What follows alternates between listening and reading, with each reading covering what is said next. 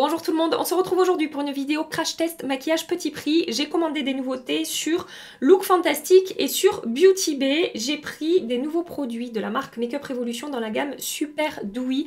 Si vous me suivez un petit peu, vous savez que j'adore le blush de cette gamme-là. Et ils ont sorti highlighter et bronzer. J'ai également pris une des nouvelles palettes de la marque Revolution Pro. Ce sont les She's Dreamy et il y a plusieurs teintes dans cette gamme-là. Évidemment, j'ai pris la teinte avec les fards un petit peu vert et marron. Hein. J'ai aussi pris des nouveautés de chez Milani, un blush crème. On est surtout pour le teint sur des produits crème et liquides. Et donc, j'ai aussi pris un blush crème en stick comme ça de la marque Sosu, je sais pas comment on dit. C'est la première fois que j'achète un produit de cette marque-là. C'est le Make Me Blush. Voilà, écoutez, je vais tester un petit peu tout ça avec vous aujourd'hui. J'espère que ce petit programme vous plaît. Comme d'habitude, je vais commencer par le maquillage des yeux et je vais utiliser aujourd'hui cette nouveauté de la marque Revolution Pro. Je vous disais, ce sont les She's Dreamy palettes. Alors, je sais pas le nom de celle que j'ai choisie. Ah si, c'est écrit, j'ai pris la version green, tout simplement. Je vous ai déjà préparé les swatchs de cette palette que je n'ai jamais testé. Hein, on va découvrir ça ensemble. Alors, au swatch, ce que j'ai remarqué, c'est que à partir de là jusque là, ça swatch super bien. La teinte qui est ici, qui est un lumineux, un petit peu senti empailleté, un petit peu sec sous le doigt. Alors après, voilà, j'ai passé 2 fois au niveau du swatch pour celui-là et 1 fois pour les autres. Et les autres ont super bien swatché, les lumineux ont l'air vraiment pas mal du tout. Je vais vous montrer, pour moi, la star de la palette. C'est le vert qui est ici, j'aime beaucoup l'harmonie de teinte de cette palette. Mais après, il y en a vraiment pour tous les goûts. Il y a du chaud, du froid, du plus rose, du plus marronné. Enfin voilà, n'hésitez pas à aller jeter un œil si jamais il s'avère que cette palette est de très bonne qualité. Regardez. En un passage, ça swatch super bien. Et je vais vous montrer du coup celui-là qui swatch quand même un petit peu moins bien. Mais en même temps, on n'est pas sur tout à fait le même fini. Hein, donc voilà, c'est normal qu'il n'y ait pas la même intensité, c'est pas aussi fondant. Mais au doigt humidifié, je pense qu'il y a moyen de faire fonctionner ce fard. Bref, voilà. Donc je l'ai payé 6,95 € sur Look Fantastic. N'hésitez pas à tester mon code par rapport au produit que je vous présente aujourd'hui, GABLF. Mon code a changé. Avant, c'était LFGAB et on a switché. Et on est passé à Gab LF. Tout est marqué dans la barre d'infos de toute façon. Écoutez, je vais commencer à me maquiller. Hein. Je vais arrêter mon blabla, mon éternel blabla.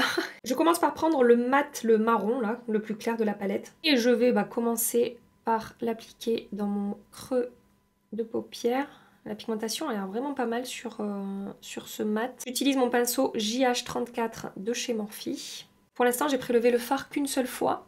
Et effectivement, je trouve que la pigmentation est vraiment pas mal. Hein. J'ai réussi à étirer, à estomper. J'ai cru que ça allait faire quelques démarcations. Et puis finalement, en travaillant un petit peu là au pinceau, ça s'est bien diffusé.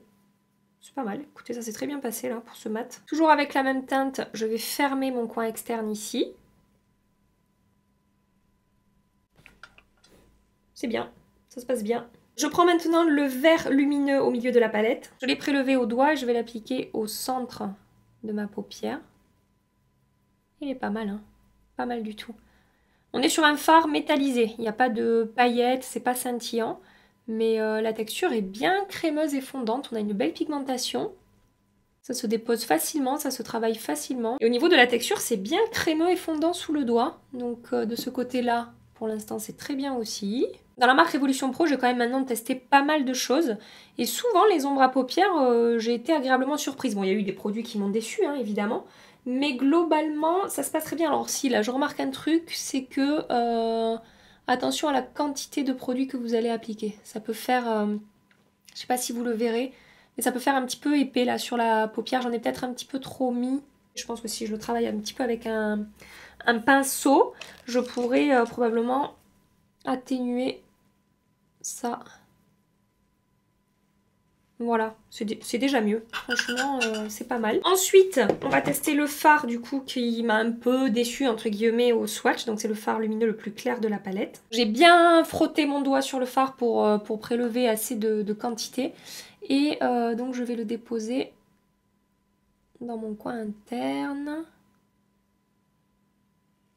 Là, on est sur un fard scintillant pailleté. Non, mais après, voilà, si on prélève assez de quantité, qu'on passe bien son doigt sur le fard, j'ai l'impression que ça se passe plutôt bien. Ouais, ça a bien fonctionné. Je vais en rajouter un petit peu plus. Je vais étirer un petit peu la teinte vers le milieu de ma paupière. Et ça fait pas... Non, ça fait pas de chute non plus. Voilà, c'est pas la texture la plus fondante que j'ai pu toucher avec mes doigts. Mais pour l'instant, au niveau du rendu, ouais, j'aime bien, je trouve ça pas mal. Je prends le lumineux le plus foncé de la palette. Cette fois-ci, je vais le travailler au pinceau 231 de chez Zoeva. Et je vais intensifier mon coin externe. Alors au pinceau, c'est toujours moins intense hein, que si je l'avais prélevé au doigt, évidemment. Ouais, bah ça ressort bien. Hein. C'est plutôt pas mal hein, au niveau de la pigmentation, du rendu sur les yeux, de la manière dont ça se travaille et tout. Je suis plutôt contente, là j'estompe les bords de cette teinte là que je viens d'appliquer. Je remonte un petit peu au-dessus de mon creux. J'ai repris un petit peu du vert métallisé et je reviens travailler la transition là, dans mon coin externe entre le marron foncé et le vert. Avec un pinceau un petit peu plus précis, c'est un pinceau double embout de It Cosmetics. Je vais réintensifier en formant un V là le long de ma ligne de cils, mon coin externe. Et j'estompe les bords. Voilà. Avec un pinceau crayon assez précis, je reprends le vert métallisé. Je vais juste un petit peu remonter dans mon creux, encore une fois, pour pas qu'il y ait trop de démarcation et pour que tout soit fondu et estompé. J'ai nettoyé le pinceau dans un chiffon et j'ai pris le vert scintillant pailleté là. Et pareil, je remonte un petit peu au-dessus de mon creux pour qu'il y ait un effet fondu et dégradé, même dans mon creux. Voilà. Bon écoutez, pour une petite palette à 7 € à peu près, 6,95 €, je suis très satisfaite du rendu. Il y a juste ce petit effet, comme je vous dis, un peu épais là, au niveau de mon pli de paupières. Mais globalement, j'aime beaucoup le rendu de ce maquillage et ça s'est quand même très bien passé. Et sachez que pour chaque teinte... C'était dur à dire. On a 1,1 g de produit. Donc en fait, au-delà du fait que ce soit déjà petit prix, on a également un joli grammage dans cette palette-là. Petite remarque, peut-être que les fards, enfin celui-là et celui-là en tout cas, se sont un peu glacés quand je les ai prélevés au doigt. Mais voilà, ça continue à se prélever quand même correctement. J'applique liner, mascara, parce que j'ai pas de nouveauté de ce côté-là. Et je reviens avec vous pour tester les produits teints. J'ai beaucoup d'espoir dans ces produits teints, j'espère que ça va bien se passer. Hors caméra, j'ai également commencé à maquiller mon teint, base, fond de teint et anti-cerne. Tous les produits utilisés seront dans la barre d'infos.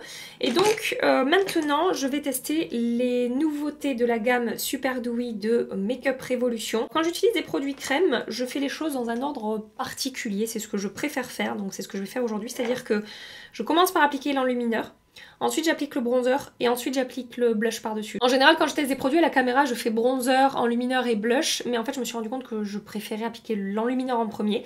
Donc écoutez, c'est ce que je vais faire aujourd'hui. Je vais utiliser le Super Dewy Liquid Highlight en teinte Gold Champagne que j'ai payé 5,95 € sur le site de Look Fantastic. Dans la description ils disent que c'est un enlumineur avec une belle pigmentation. Effectivement j'ai peur que ce soit un petit peu foncé pour ma carnation. A voir si je peux bien étirer la matière. On va voir ce que ça donne. Il y a plusieurs teintes hein. Là sur le site de Look Fantastic il y en a 3.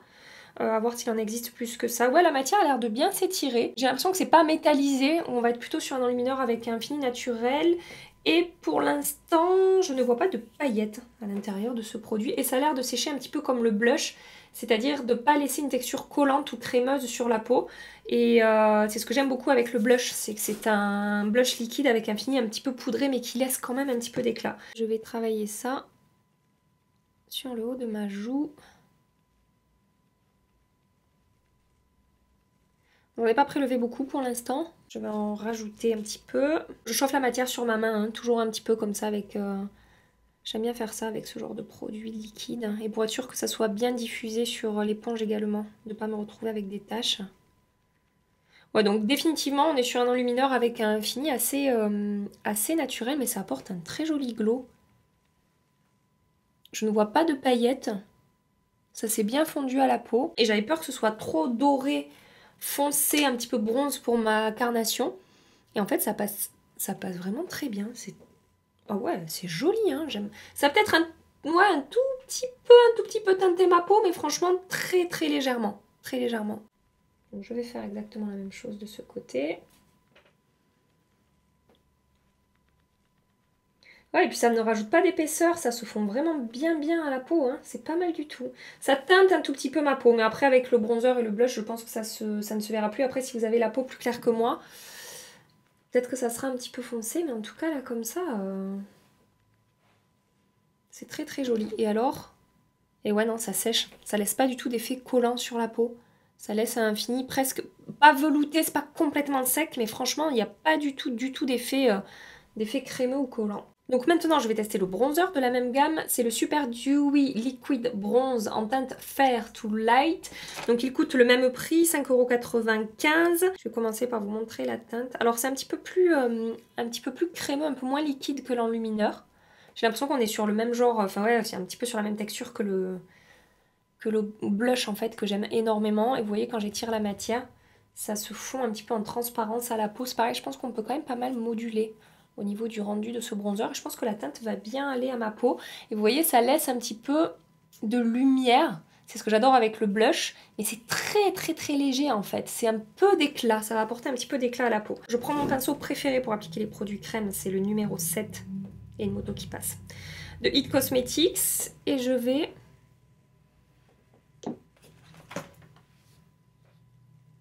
tapoter ça sur le haut de ma... Enfin, sur le haut de ma joue.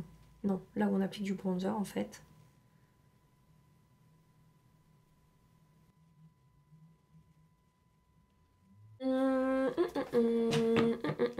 Attendez, je sais pas trop quoi vous dire, là. Je sais pas si j'aime bien ou pas. J'ai peut-être une ou deux démarcations, là. Attendez, je vais travailler l'autre côté.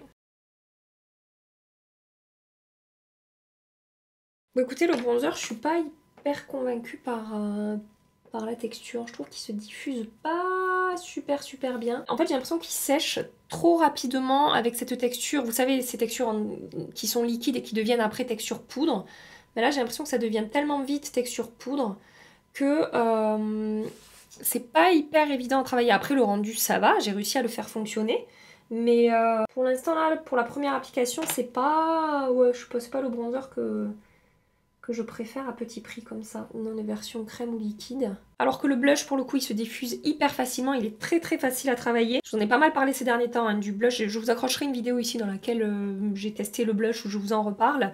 Mais autant l'enlumineur, j'ai été convaincue là, autant le bronzer, à voir. À retester, on n'est pas sur du 100% là pour un premier essai. Je vais maintenant passer au blush. J'ai envie de tester ce petit blush stick de cette marque que je n'ai jamais essayé. La marque, je vous disais, c'est Sosu, je ne sais pas, si vous savez, corrigez-moi. Sosu by Suzanne Jackson, c'est le Dripping Gold Make Me Blush. Alors il y a moins 20% en ce moment sur ce produit sur Beauty Bay. À la base il coûte 11,25 et là il est à 9 €. Et alors c'est bizarre, j'ai l'impression qu'il n'y a qu'une seule teinte. On n'a pas le choix de plusieurs teintes sur ce blush là.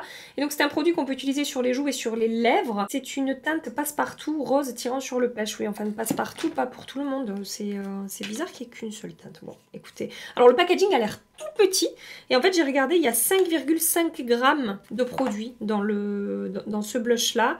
Ça donne ça. Donc effectivement c'est rose pêche. Et ça a l'air assez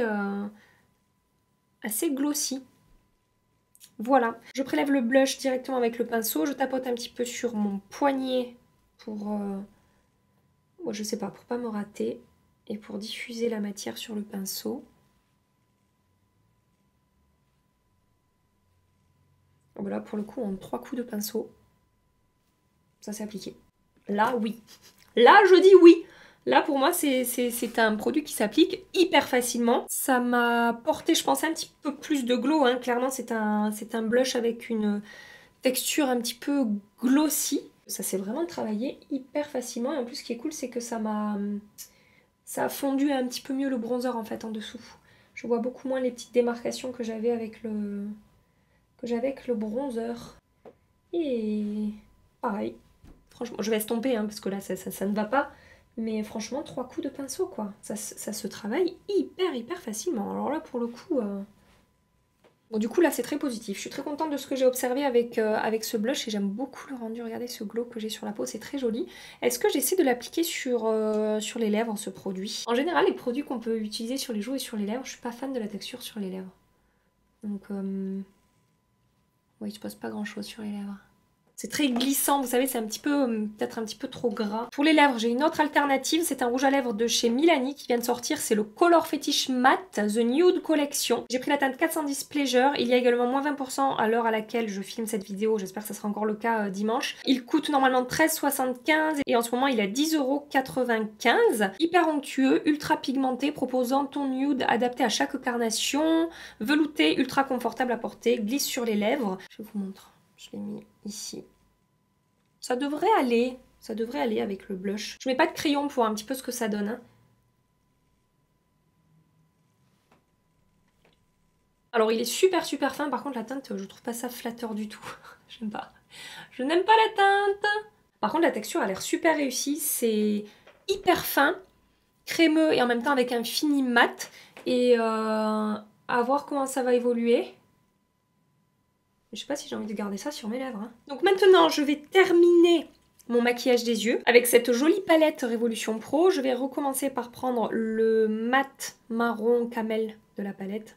Donc je l'applique avec un pinceau JH38 de chez Morphe tout le long de mon ras de cils inférieur.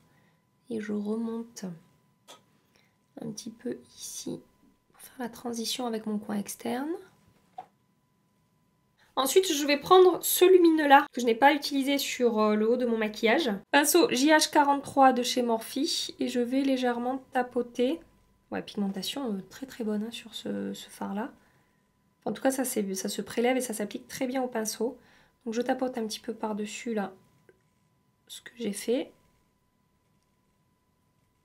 Très bien. Et franchement, cette petite palette, elle est pas mal du tout. Hein. Le rapport qualité-prix, là, il est vraiment pas mal du tout. Toujours avec le même pinceau, je vais prendre le fard le plus foncé de la palette. Je vais longer mon ras de cils inférieur, mais au coin externe. Cette fois-ci, je vais intensifier là. Je prends le lumineux le plus clair de la palette. Pinceau crayon double embout. Je l'applique, que j'avais eu dans des palettes Dose of Color, il me semble. Je l'applique en coin interne ici. Comme pour l'application au doigt, j'y vais. Hein, je frotte bien mon pinceau dans le fard pour en prélever, puisqu'il est un peu... En fait, il est super pressé ce fard. Et du coup, pour prélever, il faut insister un petit peu. Mais après, vous voyez, ça fonctionne. Dans ma muqueuse, j'applique un crayon Cher de Sephora Collection. C'est le 12h Color Full Contour Eye Pencil. J'aurais normalement utilisé, mais je ne veux pas vous faire de la torture, le crayon Charlotte Tilbury double embout avec le côté vert lumineux là. Mais on ne peut plus le trouver. Donc, Sephora dans la muqueuse. Et le mascara Sky High de chez Maybelline au ras de cils inférieur. Qu'est-ce qu'il me reste à faire? Il me reste à poudrer mon teint. Je vais poudrer avec ma poudre Shape Tape Setting Powder de chez Tarte. Définitivement, je suis pas très fan de la teinte du rouge à lèvres. Je vais le garder pour voir comment est-ce qu'il évolue au fil des heures et vous parler un petit peu de sa tenue. Mais j'aurais mis quelque chose d'un tout petit peu plus soutenu en fait. Pour rehausser un petit peu mes lèvres. Après, c'est pas un nude qui ne fonctionne pas. Sinon, pour le reste du maquillage, écoutez, je suis plutôt contente du résultat. Hein. Sur les yeux, c'est super joli. L'enlumineur, bon, bah, il a très bien fonctionné. Le blush aussi. Petit bémol concernant le bronzer pour l'instant, mais pour tous les autres produits, même le rouge à lèvres au niveau de sa texture et tout, c'est pas mal du tout. Je vous dézoome pour que vous puissiez voir le rendu d'un petit peu plus loin de ce maquillage. Et écoutez, comme d'hab, je reviens ce soir pour parler de la tenue de ces produits, que ce soit sur les yeux ou sur le teint, et voir un petit peu comment est-ce que ça va évoluer. Et je vous fais des bisous. Et je vous dis à tout à l'heure. Me revoilà 8 h à peu près après avoir appliqué le maquillage. J'ai juste fait une retouche sébum sur ma zone T. Je n'ai pas touché au reste de mon maquillage. Alors concernant le maquillage des yeux, ça a super bien tenu. Mais vraiment, ça ne s'est même pas un petit peu estompé ou ce n'est pas forcément plus terne, je veux dire plus fade, plus terne que ce matin. Vraiment, ça a très bien tenu cette petite palette. Malgré ce fard un petit peu pressé là, un petit peu moins fondant que les autres, je suis super contente du make-up que j'ai porté aujourd'hui. J'ai eu plein de compliments sur mon maquillage et on a un joli vert.